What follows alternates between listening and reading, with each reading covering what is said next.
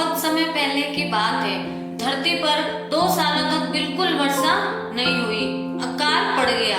अपने तालाब को सूखता देखकर मेंढक को चिंता हुई।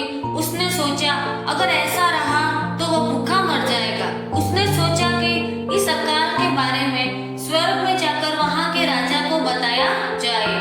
साहस कर मेंढक अकेला ही स्वर्ग की ओर चल पड़ा। राह में उसे मधुमक्खियों का एक झुंड मिला। मक्खियों के पूछने पर उसने बताया कि भूखे मरने से अच्छा है कि कुछ किया जाए। मक्खियों का हाल भी अच्छा नहीं था। जब फूल ही नहीं रहे तो उन्हें शहद कहाँ से मिलता। वे भी मेंढक के साथ चल दी। आगे जाने पर उन्हें एक मुर्गा मिला। मुर्गा बहुत उदास था। जब फसल ही नहीं हुई तो उसे दाने कहाँ से मिलते, उसे खाने को कीड़े भी नहीं मिल रहे थे। इसलिए मुर्गा भी उनके साथ चल दिया। अभी वे सब थोड़ा ही आगे गए थे कि एक खूंखार शेर मिल गया। वह भी बहुत दुखी था। उसे खाने को जानवर नहीं मिल रहे थे। उनकी बातें सुन शेर भी उनके साथ हो लिया। कई दिनों तक चलने के बाद वे स्वर्ग पर पहुंचे।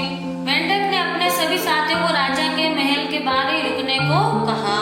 उसने कहा कि पहले वह भीतर जाकर देख आए कि राजा कहाँ है। मेंढक उछलता हुआ महल के भीतर चला गया। कई कमरों में से होता हुआ वह राजा तक पहुंच ही गया। राजा अपने कमरे में बैठा परियों के साथ बातें कर रहा था। मेंढक को क्रोध आ गया। उसने लंबी छलांग लगाई और उनके बीच पहुंच गया। परियां एकदम चुप हो गई। राजा को एक छोटे से मेंढक की करतूत देख गुस्सा आ गया। पागल जीव, तुमने हमारे बीच आने का साहस कैसे किया? राजा चिल्लाया। परंतु मेंढक बिल्कुल नहीं डरा। उसे तो धरती पर भी भूख से मरना था। जब मौत साफ दिखाई दे तो हर कोई निडर हो जाता है। राजा फिर चीखा। पहरेदार भागे आए ताकि मेंढक को पकड़कर महल से बाहर निकाल दे, मगर इधर उधर उछलता मेंढक उनकी पकड़ में नहीं आ रहा था। मेंढक ने मधुमक्खियों को आवाज दी। वे सब भी अंदर आ गए। वे सब पहरेदारों के चेहरों पर डंक मारने लगी। उनसे बचने के लिए सभी पहरेदार भाग गए।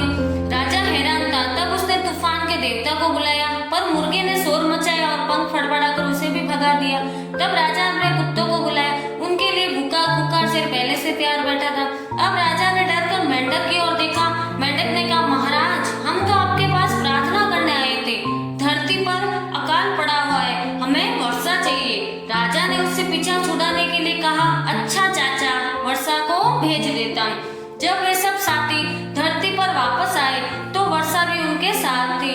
इसलिए वियतनाम में मेंढक को स्वर्ग का चाचा कहकर पुकारा जाता है। लोगों को जब मेंढक की आवाज सुनाई देती है तो वो कहते हैं, चाचा आ गया, तो वर्षा भी आती ही होगी।